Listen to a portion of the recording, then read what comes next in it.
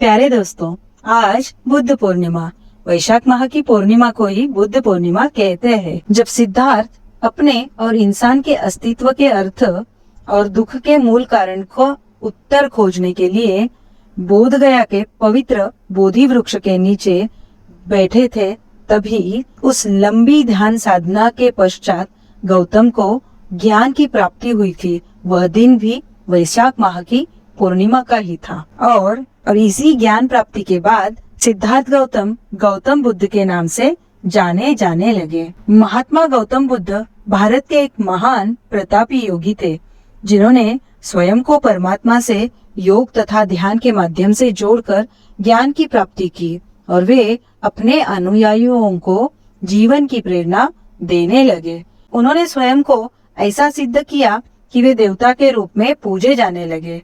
उन्होंने हमें सत्य तथा अहिंसा की शिक्षा दी, जिससे आज भी करोड़ों हृदय प्रभावित है।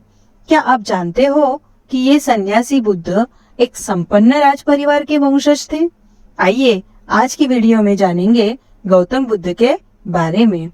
शाक्य वंश के परम प्रतापी राजा शुद्धोधन और उनकी पत्नी माया देवी से वैशाख पूर्णिमा को एक पुत्र रत्न की प्राप्ति हुई, जिनका नाम बड़ी धूमधाम से सिद्धार्थ रखा गया।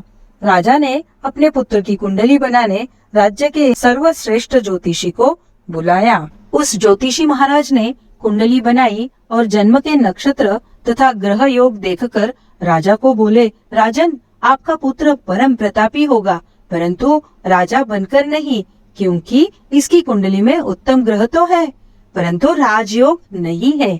यह सुन राजा को बड़ा दुख हुआ और दुखी राजा ने उससे बचने के लिए उपाय पूछा। तब ज्योतिषी ने यह बतलाया कि राजन, होली को कोई नहीं टाल सकता, परंतु एक बात मैं अवश्य कहना चाहूंगा कि आपके पुत्र का जब तक दुखों से सामना नहीं होगा तब तक उसे संन्यास का मन नहीं होगा, इसीलिए उसे दुखों से दूर रखना होगा।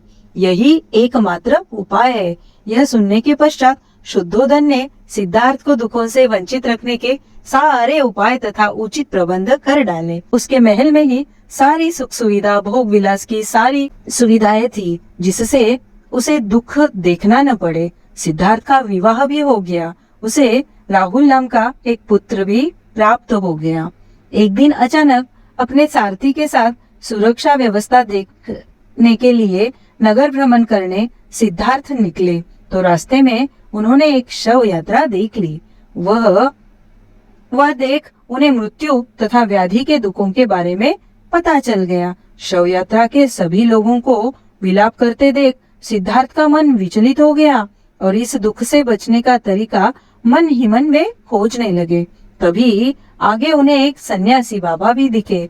उनके मुख पर इतनी अधिक शांति के भाव थे, यह देख वे अर्थात सिद्धार्थ अचंभित हो गए। जीवन में पहली बार उन्हें दुख और दुख से मुक्ति दोनों भाव एक साथ देखने मिले। जैसा कि एक सर्वश्रेष्ठ ज्योतिषी ने उनकी भविष्यवाणी पहले ही की थी, तो उस अनुसार सिद्धार्थ के मन में जीवन के सत्य की खोज की अग्नि प्रज्वलित हो गई और अचानक एक रात्रि अपनी पत्नी यशोधरा, पुत्र राहुल तथा सभी सगे संबंधियों को त्याग कर संन्यास ले लिया और बोधि वृक्ष के नीचे ध्यान में विलीन होकर परम ज्ञान प्राप्त कर ही लिया।